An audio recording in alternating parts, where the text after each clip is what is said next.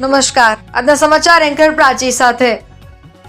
અંકલેશ્વર નજીક નર્મદા નદી કિનારેથી યુવાનનો વિકૃત હાલતમાં મૃતદેહ મળી આવતા ખળભળાટ મચી જવા પામ્યો છે।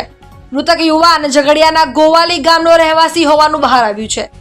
અંકલેશ્વર નજીક નર્મદા નદીના કિનારેથી એક યુવાનનો વિકૃત હાલતમાં મૃતદેહ મળી આવ્યો હતો।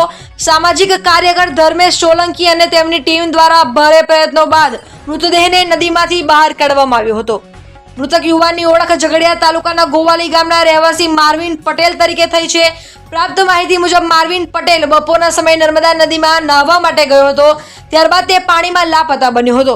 સ્થાનિક તંત્ર અને સામાજિક કાર્યકરો દ્વારા શોધખોળ હાથ ધરવામાં આવી હતી, જેમાં તેનો મૃતદેહ મળી આવ્યો હતો।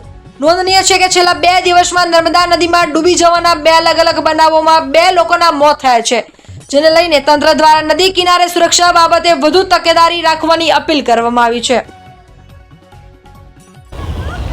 ગત તારીખના રોજ જૂના બોરભાટા બેટ ગામમાં આવેલ તપોવન આશ્રમના કિનારેથી એક પુરુષ ઈસમનો મૃતદેહ ડિકમ્પોઝ હાલતમાં મળી આવેલ।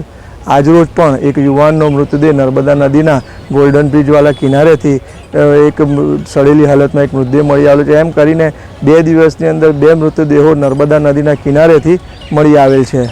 આ જે મૃતદેહ છે તેના કદાચ વાલી વારસો મળી આવેલ છે, ગત રોજના જે મળેલ મૃતદેહ તેના વાલી વારસ આજ દિન સુધી મળેલ નથી।